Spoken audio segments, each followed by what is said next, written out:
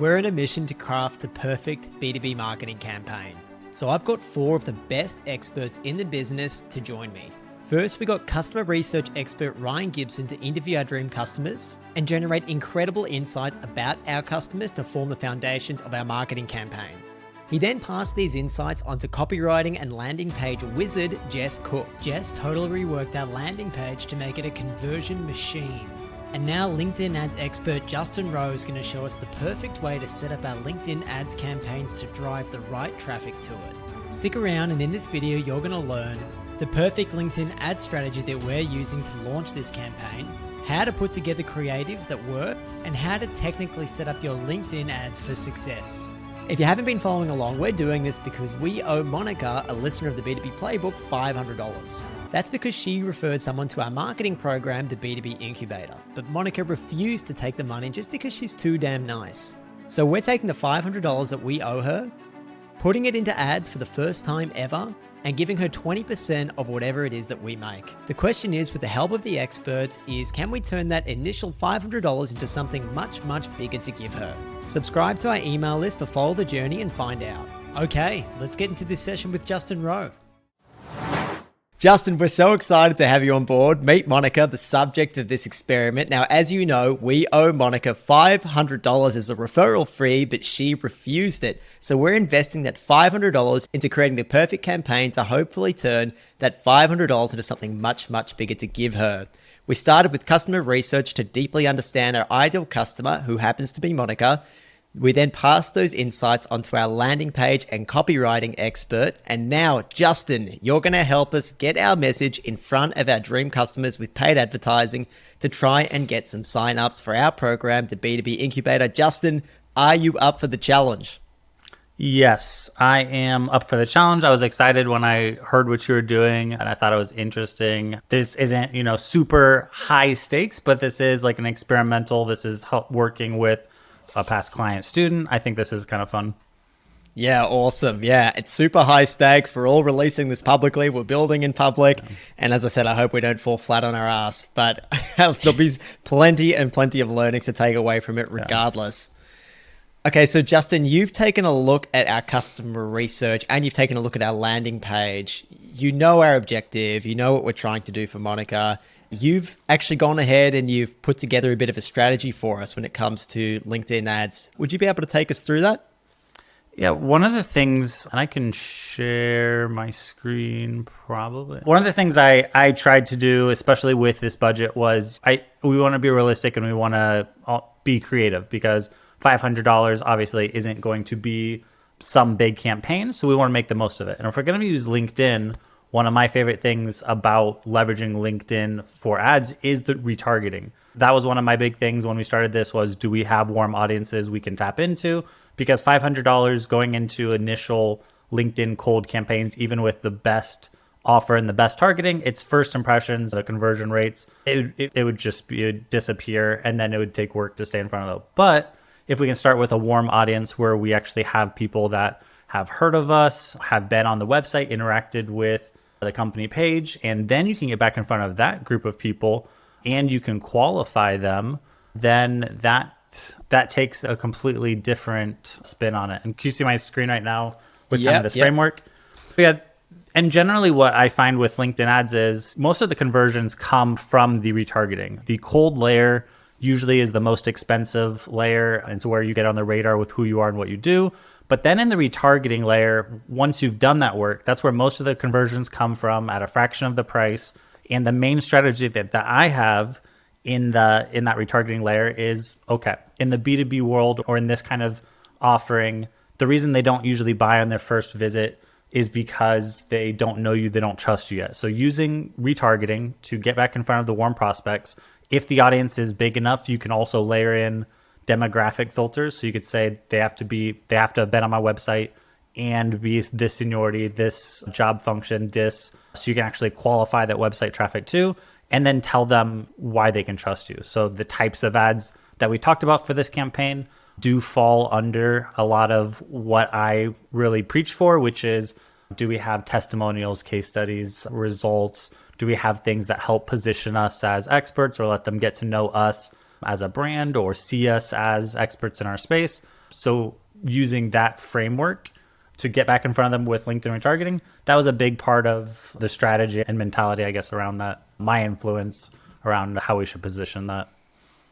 Awesome. Yeah, as you said, $500 isn't going to go too far. So it sounds like starting with warm audiences, people who are already familiar with ourselves, our brand, at least have come across the podcast or have absorbed some of our content on LinkedIn, is the place to start. In terms of those warm audiences, Justin, what we've been able to scrape together in terms of warm audiences is one, followers and profile visitors of the B2B Playbook page. Also, we're currently running actually a collaboration with Dovetail, which promotes the first part of this experiment.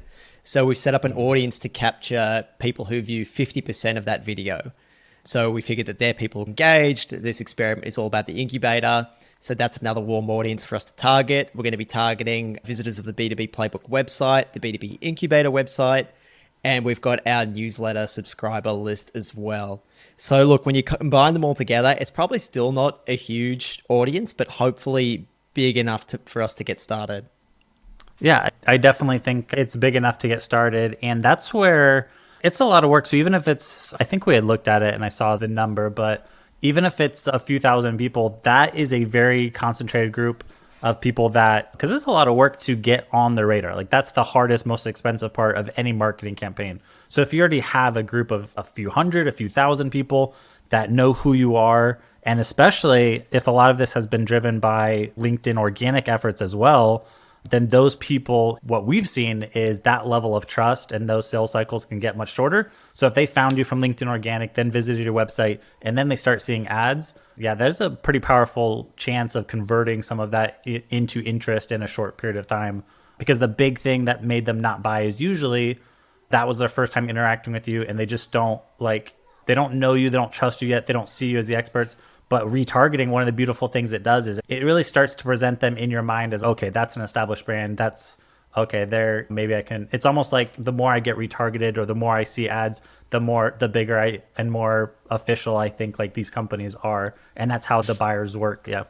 Yeah, I'm very interested to see the impact that this will have. Back for our last cohort, whenever we would post about the B2B incubator, we worked out that for roughly every 12 to 1500 organic impressions that we got on a post about the B2B incubator, we normally got an application off the back of it. So I don't think, I doubt that it'll be the same sort of equation here when it comes to paid ads, because it'll be a bit broader, but it'll be very interesting to see what that difference is. Yeah, I saw someone else earlier this week actually got me thinking about that, because they said something similar. They had organic and they knew that if I had a post that reached this many views, it usually created like this many inbound leads for me. So the thought process was, if I made ads, would that similar impression? And I think what we found out is that the power of those organic impressions, like pound or view for view, are actually more powerful. And it's because they found you organically versus the paid ad. But I think with the ads I saw, we're also combining a lot of the elements that you guys use in organic and just amplifying it with paid. So I think that'll go a long way as well. Okay, awesome. So the strategy is we're going to start by targeting these warm audiences. If that $500 gets us nowhere, spoiler alert, we are going to tip some more money into this campaign, and we're going to target some cold audiences too. I think, Justin, you mentioned in terms of cold audiences, there's actually an interest in dark social audience that we can target. Yes, it is a new, and I don't even think I haven't seen anyone else post about this, and I haven't even posted about it. So this might be, if you're watching this, it might be the first time you're hearing this. But one of the interests, you can target on LinkedIn ads by interest. And a lot of it's either like product interest. Like some of the cool ones that I might use would be they're interested in retargeting. They're interested in B2B marketing. They're interested in direct marketing, because usually those are people in the trenches. And the way I think they calculate it is these people are engaging with content in these sections, which also means you get the added benefit of them being usually more active LinkedIn users. So yeah, one of the new categories is actually dark social. So if people are interested in that or have engaged with that kind of content, you can narrow in on them, which is actually good for us as well. I added that into our campaigns pretty recently. Oh, awesome. All right. I'm very keen to check that out. And then in terms of targeting that we're going to probably overlay on top of these cold audiences, we've nailed down who our ideal customer profile is, and it's positions, B2B marketing managers, demand gen marketers, company size, really normally 11 to 100, but I know we've got to go 11 to 200 because that's what the option that LinkedIn gives us. The function is marketing. The marketing team size is 1 to 5, so minimum of 1, maximum of 5. And locations, we had Australia, New Zealand, USA, Canada. We'd also listed down UK, Switzerland, the Netherlands, Austria, Scotland, just because we've had people participate in the incubator from all those different countries. We've had them from India as well. We don't have an enormous budget. So when we're testing cold audiences, you told us, Justin, that we should probably narrow that down. Yeah, and one of the things that we've realized recently as well is the way that the bidding happens and the way that the time zones are structured, a small amount of budget can, for example, the biggest one is if you're targeting the United States and the UK, which a lot of people do because they're very similar markets, but they're on completely different time zones. So if you're targeting both of those and your budget is less than $100 a day, there's a really high percentage chance that the entire budget is spent in the UK before bidding opens up in US. So if you don't have a big budget and the US was a priority for you, you probably should either segment that out into separate campaigns and give them their own budget, or just pick where you're getting the most traction or where you think you can be the strongest and keep your budget there. Okay, all right, that makes sense. So go as deep as possible rather than wider. All right, that's the strategy. I'm going to go ahead and show you the creatives that we've put together. Actually, before I do that, Justin, you recommended a few different types of creative that we put together for these cold and warm audiences. Would you mind taking us through what they were before I then show you ours?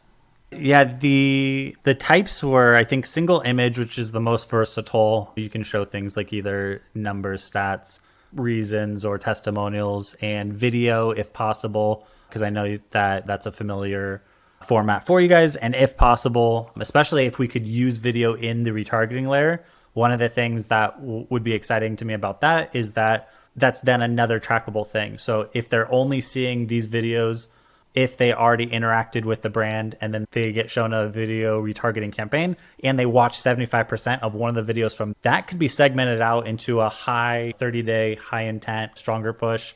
So that was really attractive to me, especially with a little funnel like this. If you only have a few thousand people maybe in retargeting, it's going to be harder to maybe then see which of that group has higher intent. But with video, you can actually see who's really highly engaged, pull them out and do something there. So the single image, the video, and then I think we talked about adding in text or spotlight ads to swarm them, saturate them a little bit more on the desktop. Okay, all right, awesome. In terms of what we want to communicate to this audience, I think something you said, Justin, is very simply, we want to have some ads that show, who we are and what it is that we offer. We've got a few different variations of this, and it's based off the messaging that our copywriting expert, landing page expert, Jess Cook, recommended we use. And that was based off the analysis from the customer interview that Ryan put together. So there's a few variations of these. This one here is really focusing on the benefits and sort of the outcomes of the actual program itself. So we've got Monica, the past student of the B2B incubator, what she gets out of it, how she becomes a better B2B marketer in 12 weeks, and knows how to drive more revenue. She's more confident in her strategy. She has all the templates and tools she needs. She has a documented B2B demand strategy. I stole this format from B2C creative, where often they have a product and they have like arrows pointing to all the different things about that product. Interesting to see how that one goes. I like it. You like that one? Yeah.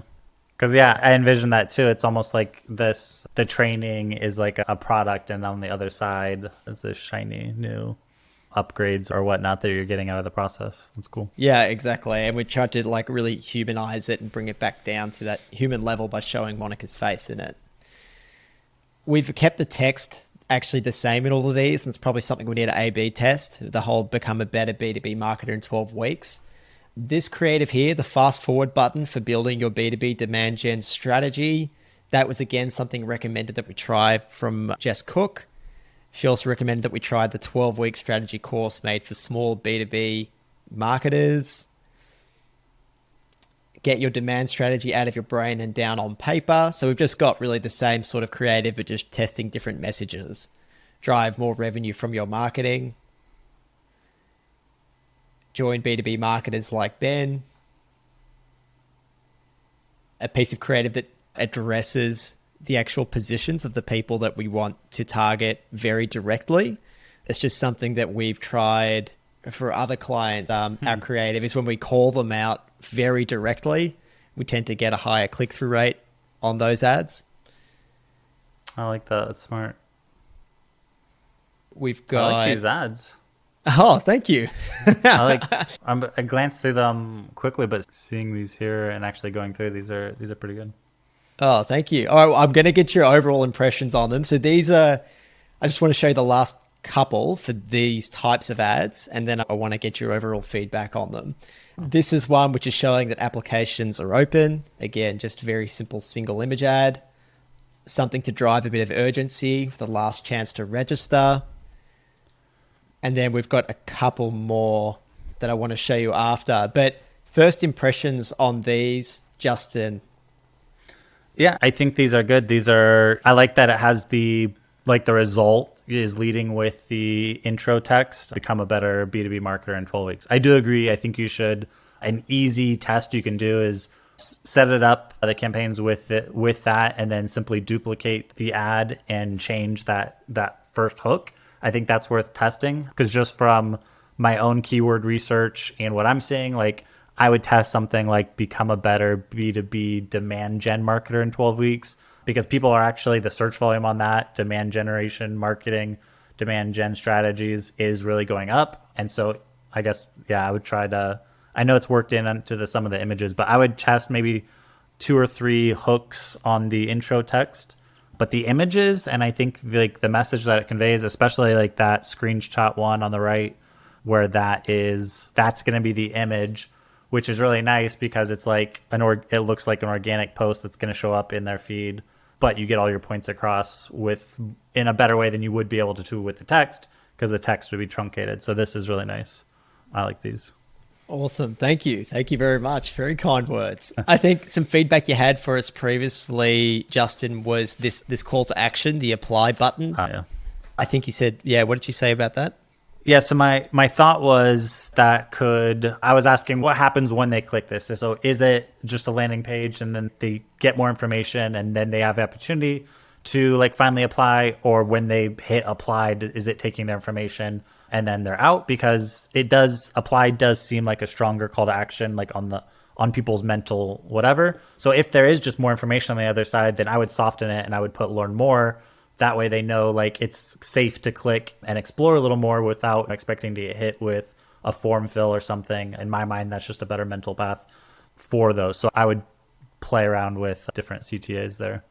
Okay, awesome. Yeah, because look, we definitely want to get them to that landing page, because there's so much more information on the landing page to get them to qualify themselves, to make sure that the program's the right fit for them, but also so they can see all the great benefits and all the other testimonials that we have and all that kind of stuff. Yeah. So then, yeah, I would definitely soften it and put learn more. That way they're encouraged to take that next step and they're mentally not thinking they're going to get hit with anything. They're free to go there, they're explore. And then, yeah, the thought process is that landing page is packed with the social proof and the explanation and the value to convert. So let it do its job. And I think switching from apply to learn more will remove some of that early friction from the ad.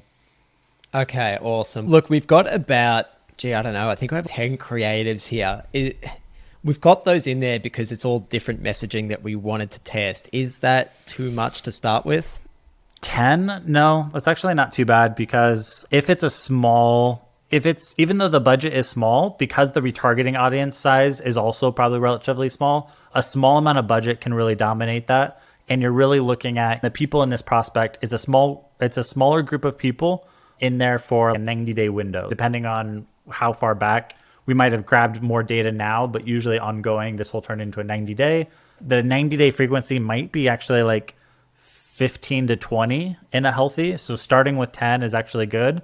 You might end up actually needing 5 or 10 more ads over the next month or two if the frequency turns to be that high. So I think this will be good. Okay. All right.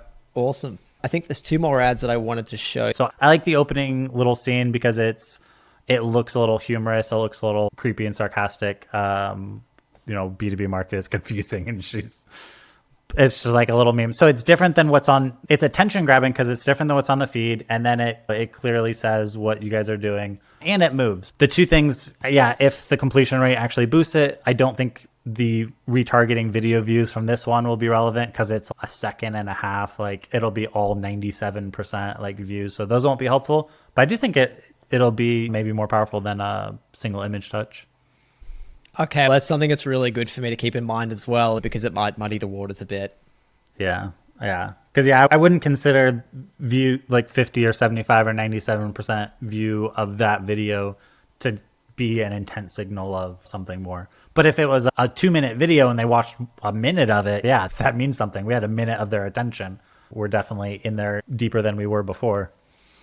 Okay, awesome. Okay, so Justin, you also recommended that we use organic posts that performed well and turn them into ads. Now, the organic posts that we normally do, which drove a lot of signups for our last cohort, was a carousel.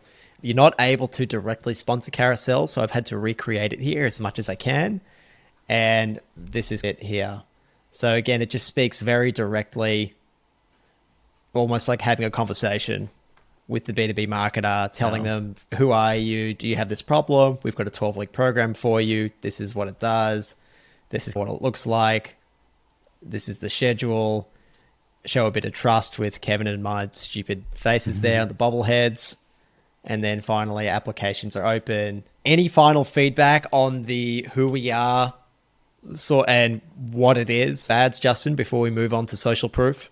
No, so with the carousel ad and yeah, my general advice was, and one of the things that worked really well for me is that I found that there were certain posts that I post organically that would almost like clockwork generate a couple of leads for us. And every month or every other month, I would repurpose some version of that and repost it and refine it, and it would consistently bring in leads. So then, yeah, taking that and actually making it into an evergreen kind of ad that is shown to people that visit your website, ensure that they see this post, that this asset that has a good track record of creating these inbound inquiries. Yeah, that was the advice behind that. And I think you did a good job with this. And those carousels are really nice because it's kind of like a video, like they actually it's not just they engaged yes or no or they clicked. The actual carousel is engaging and informative and building trust. And if they get all the way to the end of that and then they visit your website, chances of them signing up and converting would be higher than them clicking into any normal ad. So I think that was good. Okay, awesome. Thank you very much. All right, the next type of ad format type of ad that you told us to try was things that showed off some social proof. Yeah. So testimonials, case studies, and we've put a few of these together. I'll just expand this. So we have a few different variations. These are just really direct quotes taken from customer interviews with past people from the B2B incubator. I didn't ask them to come prepared with these testimonials. We just conduct customer interviews after every single person who goes through the program. And this is just what they said. Yeah. So we've just pulled out some really direct quotes there about some of the key features and benefits. Yeah.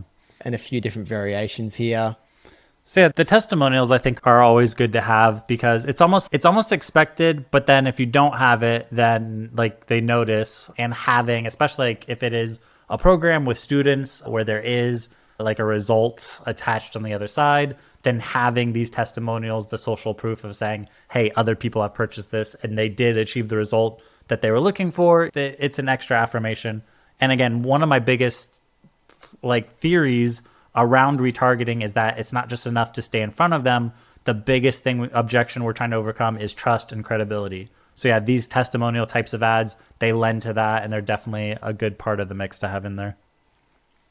Awesome. We've got a few more variations, and again, I'm wondering if it's too many. So again, this is a different face. This is another ex-student. He mentions a few other things because everyone seems to get something a little bit different out of the program. I guess when it gets into the absolute best features or best outcomes, just because the program covers a fair amount. So Ben here, in this case, he really loved the ABM side to the program. He also loved just the structure and the framework that we helped him put in place. This is one that I really liked here, which is probably as closely aligned with the benefit of the program as we see it. recommended to all B2B marketers out there in small teams thrown in the deep end, wondering how to prioritize and how to generate demand from your dream customers. This one here, really love the framework because it's allowed her to lead as a manager. And we've just got that in 2 different colors there to see which one pops a bit more. Yeah. And then finally, we've got one from Monica as well. Nice. So that's all the social proof that we have. So I think that's good too. And all of those are going into a campaign, just the testimonials, or are these mixed in with other ads in a campaign together? I forget. So this was going to be my question to you, Okay. is should we have these as separate campaigns so that we can control the budget over them, or should we be lumping them all together into one campaign? I guess it'll come down to, I forget how many overall campaigns we have. I tend to want this in a separate one if we can afford to, and it could have the minimum budget. But I guess my idea is that I want them to get exposed to these testimonials, and we want this to be part of it. So it would be nice to be able to control them separately. So having the trust factors and testimonials in a campaign by itself would probably be my recommendation. Okay, awesome. All right, if we can afford to do that, we'll definitely try and set up things that way. In terms of other creatives that we have a video which was really showing what the B2B incubator is like to be inside. I think I sent that through to you, Justin. Did you get to have a chance to look at that video? Yeah, I did. How long was the video? I forget though. I think it's about a minute long. Yeah. So that, I think those views, because this is going to be in the retargeting layer. Something like this though could actually be like, if we were running cold ads, I think this kind of video really could be on the cold layer because it's like a promotional, like this is what it is. And if they actually show interest in that and they watch 50-75% of that, you start retargeting them with all the reasons they can trust you. So I could see that in the cold, but it's still, none of these people assumed have seen this. So I think it would be a valuable piece, valuable asset to get in front of them through retargeting. But yeah, I think this will be good. And then this, you can retarget those who watch 75% of it and push for a stronger call to action in a future campaign. Okay, awesome. So you reckon the threshold should be 75% versus 50%? Am I being too weak in just collecting those with 50%? You can start weak. So I guess if I was just trying to get the initial like high intent campaign off the ground, I might start with 25% views. And then once I have enough to tighten it down to 50%, I would do that, even if it drops it all the way down to 300 people.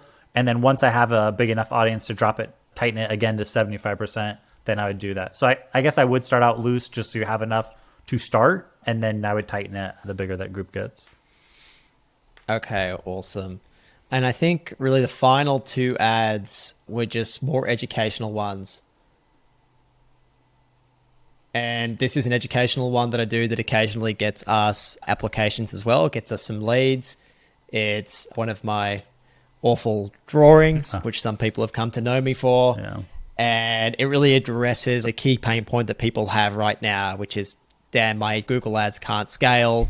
And I go into why that is. Because for us, that's really an entry point into why they need to start creating demand, or why they need to have a demand creation play in place to start chipping away at, because your Google ads is not going to scale forever. The lower funnel doesn't scale forever. Yeah. So we try and speak to a very direct entry level pain point.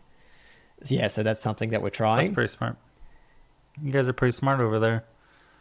but that's a really good like thought process, that the Google ads not scaling being a common problem, and like a good entry point or foot in the door of other solutions, because you're hitting on a major pain point. I think that would make a great cold ad as well if we were firing up, because you're hitting on a major pain point, and you're right, that's a good foot in the door. And if they express interest in this, maybe they're or just dipping their toe in or just getting information, but then they start getting retargeted 90 days. They go from curious to more interest. That's a good one. And that's true for us too. We see the main problems that are causing them pain. That's how we start the conversation, and then it shifts into what we do and how we can help. Okay, also look, it all started from your advice of look at what stuff gets the most traction from your organic posts, because that's the stuff that you're obviously hitting on the most pain points with. My audience is exclusively B2B marketers, pretty much, like the people that we're trying to help. So it all came from your advice. Oof, nice. I like it. This is one more that we post organically, which tends to do all right. And again, it really just touches on those pain points and shows the difference of most marketers and the pain points that most lonely in-house marketers experience, which is they're constantly searching HubSpot, the HubSpot blog for tips.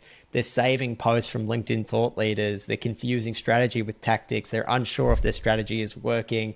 Their acquisition costs are rising. Everything just feels like it's overwhelming. And then on the other side, we've got B2B marketers who are following our 5Bs framework. And it's really detailed. Whether or not people would actually go ahead and stop and read the detail on it, I'm not so sure, Justin. But maybe just the order and detail is enough to hopefully pique their interest. So I'm interested to see how this one goes. Yeah, I think the format is eye-catching, and it's like your drawings. Like there's certain imagery that you're just used to seeing on LinkedIn, and then there's some things that are just different. Like I think of the B2B funnel guys. I can spot one of their charts like a mile away. And I think there's people that would see our 6-month framework and that even just whatever I drew that in, I don't even use that software anymore. Whatever I drew that in, like that coloring and that scheme was like seared into their brains. But this is different, and I've found people really like charts and organized checklists and information in this kind of format. So I think it's eye-catching and then relevant to them. Okay, awesome. Yeah, very keen to see how this one goes. All right, that's our creative. Justin, next I wanted to get your feedback on the actual objectives that we should set on these campaigns. What should we be optimizing for? There's so many different objectives you can use with LinkedIn ads. What do you recommend for these, I guess, for the warm and the cold audiences? I think my main advice is that we could either go with website visits or engagement, I think. And I would tend to lean towards website visit. Ideally, eventually, once the campaign has enough like conversion data, if this was actually a term campaign that had conversion events, we could change to a conversion focus. But LinkedIn ads like this campaign won't know what a conversion looks like. So that focus wouldn't be helpful. So just switching to or using website visits, I think is good. You could make an argument for engagement and just the in-feed consumption. I think they get put out there a lot of the same as website visits, so I could go either way. Okay, and then so if they're optimizing for traffic, then are we judging these ads based on click-through rate performance? Is that what we're trying to use as a way of measuring the success of these? Initially, click-through rate is a good indicator of which ones are gaining more attention. Ultimately, I think you were able to set up some intent clicks and conversion events. So yeah, maybe initially I'm looking at cost per click and click-through rate just to get some data on what's doing better or worse. But I would say in the first couple of weeks, I would expect to see some of those key page views, intent clicks, or some of those more meaningful actions, because we are attacking a very warm audience with pretty decent ads that speak to their pain points. So I would actually expect to start seeing even micro conversion events. And then that's all I would care about is optimizing towards those. Okay, so you got us to set up tracking conversions on the B2B Incubator website. And the things that we've been able to track is when someone submits an application, we want to be able to track that. If someone requests a free trial of the incubator program, if someone views the application page, so it's a key page view, if someone downloads the business case, so we have a business case that people can download to send to their boss. And we also have a conversion for what we would call an engaged viewer. And that's someone who scrolls at least 50% of the way down the page, like the main page, and then spends 90 seconds, 2 minutes on the page itself. Nice. Is that something initially that we should be trying to get our campaigns, the objective? So yeah, I would say it actually is a realistic expectation that we should be seeing these at least key page views, maybe some of the a free trial request. These are low barrier. You have good CTAs and actions that are possible. I think the ads are good. The audience is warm. So I do think within the first 3 or 4 weeks that we should be seeing those conversion events to some degree, even engaged. Yeah, if you have engaged viewers or the scroll, you definitely should be seeing that. And then, yeah, once I'm seeing that, I almost don't care about the cost per click or the click-through rate. other than it can help be guiding and confirming what we're seeing. Hey, this campaign or these ads are leading to more meaningful actions, and they also are showing more favorable CTRs. This is maybe what we should lean into. So yeah, I do think that's completely realistic and what we should be hoping for or expecting. Okay, awesome. And are we able to actually get LinkedIn to optimize to one of these conversions as an objective? So rather than just trying to get us traffic, can we say, hey, LinkedIn, at least try and get us people who are going to be engaged viewers, because then that's one step better than those that are just coming to our website and bouncing. These are people who come, they've engaged with the page in some way, shape, or form.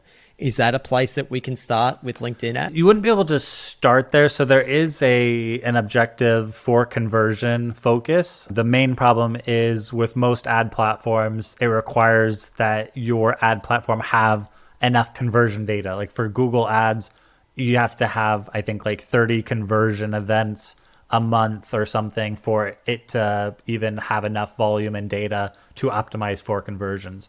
So initially we might be optimizing for website clicks or visits, but once we have, because you're also tracking different event types, like this account will accumulate a decent amount of conversion data over the next few months. So probably, yeah, maybe in a month or two, you actually could switch over some of the campaigns to a conversion focus. Okay. All right. Awesome. And then one other question I had, Justin, is you also recommend putting dollar values against each of these conversion actions. Yeah. How do you decide what to assign each of these conversions in terms of a dollar value? It can be a guesstimation. So I can walk you through some of our values. If I had a pricing, for example, key page views, I might just put like a very low value, like $1, $2 or something. It's more valuable than just visiting the main website. They intentionally navigated over to a page that should show that they were a little more interested. So those I give a very low value. For the main actions I want to track, like form submissions or free signups, I usually do a last and an each conversion, and then I add values to those. So the each, which would be each campaign that they touched before converting, I give that a lower value. So like the each for call bookings for us, I give like a $10 value.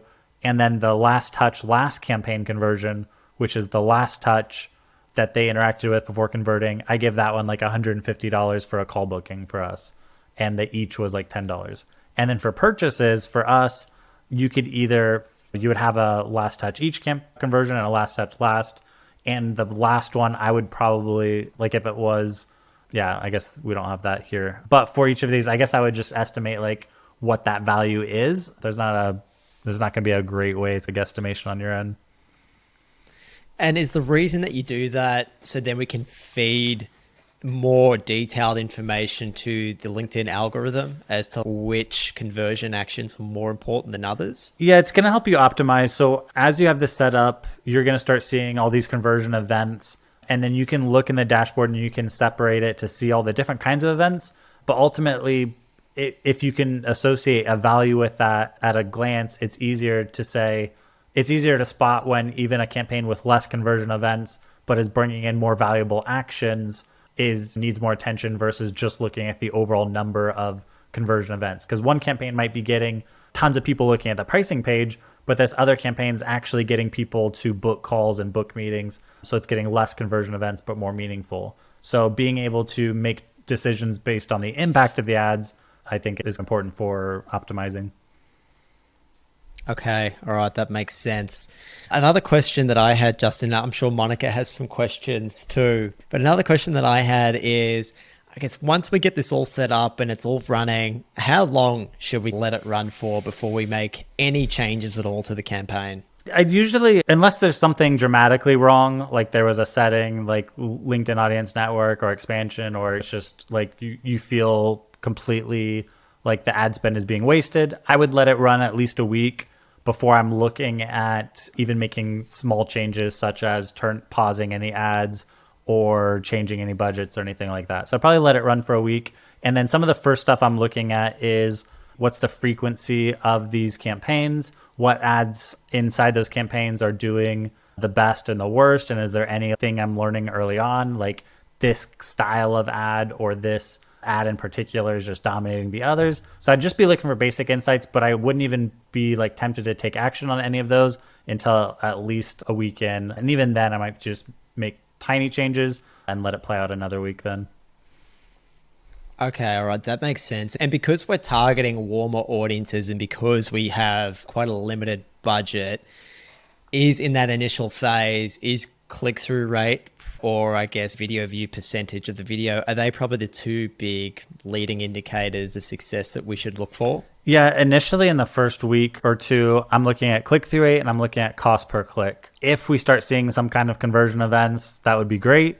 I do imagine one of the things I would expect is that when you're turning on an ad campaign like this and when it comes live, it's going to be serving the most active LinkedIn users first because they're on LinkedIn today, they're going to be on LinkedIn tomorrow. So usually there's going to be some of the best results are going to be in the early weeks. So I really would expect these conversion events to be happening in the first 3 weeks. But yeah, in the first week or so, I'm looking at CTR and CPC, and I'm really just trying to gauge, is it under $10? That would be nice. If it's $5 or less, that would be great. And then what ads within each of those campaigns is doing good or bad. Okay, all right, that makes sense. That makes sense. We also have a few different landing pages that we want to test out. This first one is the one that Jess Cook has helped us optimize. That's on the B2B incubator domain. We also have the original one that Kevin and I threw together with slightly different messaging. And then we have our third version, which is actually just a page on the b2bplaybook.com. For a long time, we kept them separate. But then just recently we thought, hey, we're building so much trust with the B2B Playbook brand. Why not put our services page on there as well? Yeah. So that's something else that we wanted to try too. So are we able to A/B test these different landing pages against the creative? Yeah, you can. I guess it would just be a matter of where and how you want to test that. Because if you had, let's say, 10 ads in a campaign, you could just simply you could either take those 10 ads and you could split them up, sending them to different landing pages. So it wouldn't be a true A/B test because it's actually different creatives going to different landing pages. A true A/B test would be duplicating those 10 ads 3 times and sending each group to a different set of landing pages. But then that's a lot of work, and that's a lot of creatives, and that's probably a lot of ads for a smaller budget to be spread across. So I'd probably say maybe it won't be a perfect test, but a lot of the ads, like for example, the testimonials, a lot of them do have the same or similar like points they're trying to get across in a similar style in ad creative. So splitting those up between 3 destinations wouldn't be that bad. It wouldn't be a perfect A/B test, but it would probably still be telling to some degree. So maybe I would look for that. Or if you really had a campaign where you really wanted to do a more true test, even just your top performing ad, or maybe you run these for a little bit to one, and then your top performing ones, you just duplicate those ads and then test landing page. So first you're testing ads and then you're testing landing pages versus maybe doing it all at once might be a lot. Okay, that makes a lot of sense. So Justin, my own final question is bidding. When it actually comes to bidding, when we're running these ads, what bidding method should we use? Should we use... Actually, what even are the different bidding methods? So I'm glad you asked, sir. So the main bidding methods there's automated delivery. That's on by default. And that just means basically LinkedIn's going to decide they have the freedom to bid within your budget. That's actually for retargeting. It's going to be less competitive. So the bidding is probably more crucial in cold campaigns because the cost per click can be so outrageous. I've seen cost per clicks $30, $40, $50 for some organizations targeting really small pocket groups of inactive people. And then manual bidding and these aggressive tactics can be really useful. For retargeting, maximum delivery, usually you're not going to need manual bidding or the enhanced bidding or whatever it's called. So maximum delivery is default. You should be good there. If for some reason in the first week, I think one of the things we might have done is we did grab beyond 90 days. So we did grab, I think, older company page views, and there was people beyond. So there is a chance that we are grabbing people that maybe aren't the warmest.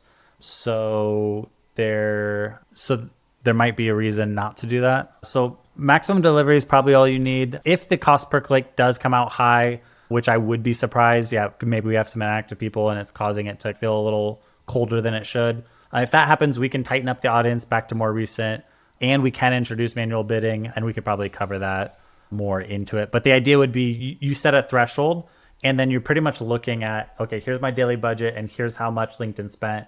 If it's continuing to spend your daily budget or maybe a little more, then you know that you have room to keep walking down the manual bid. At some point, you'll bid so low that LinkedIn stops placing your ads. And so you'll see your daily spend is actually either nothing or less than your daily budget. And you'll know that you need to raise your manual bid back up. But I'm guessing we'll be okay with automated maximum delivery right now. Okay, that makes life a lot easier. Yeah. Justin, that's all my questions. Monica, as a B2B marketing manager, have you run LinkedIn ads yourself before? Have you worked with someone who's running LinkedIn ads for you guys? No, but I would like to, and I feel like I would just like to ask Justin to do it for me. That's the right choice. Yeah, I might contact you not in the not so distant future. I like it. I'm here to help. Cool. Have you got any questions about the process at all, Monica, about anything that we've discussed so far? No, it's a lot of information for me. I've never run paid ads on LinkedIn for me to digest. I would like to rewatch this recording, George, if you can pass it over to me. I'm sure I'll have questions later, but I'm going to follow Justin's content, try to learn that way too. Appreciate it. I feel like this recording today was really like an educational piece too, how you walk through the strategy, the creatives, the thought process. So I think this would be a good episode for anyone to rewatch for education purpose. Yes. Awesome. And also for everyone watching, Justin and I put together just this LinkedIn ad setup document where we walk through the objectives. It's a template that you can take for yourself. I'm just going to share it on the landing page that I put together to include who to target, the kind of audiences that we'll be targeting, budget, time frame, the different conversions that we're tracking, creatives, and then also indicators of leading indicators and lagging indicators of measuring success. Okay. Thank you both so much for your time. Justin, we're very excited to launch these LinkedIn ads. I think that if things don't quite go to plan in the next 3 weeks or so, we have one more session where we're going to check in with you to see if we need to do some open heart surgery on this campaign. But hopefully we've set up some good foundations for success. Awesome. Thank you so much, Justin. Thank you, Monica. Really appreciate your time, guys. Thank you. A huge thanks to Justin. What an absolute masterclass that was in all things LinkedIn ads. Next, we're going to pass this campaign onto our tracking and reporting expert, Pasha Ursh. Pasha is going to show us how we can track and measure the success of this campaign. It's the final step in creating the perfect B2B marketing campaign. Remember, we're releasing all of this as it happens. So make sure to subscribe and follow the journey so you don't miss out.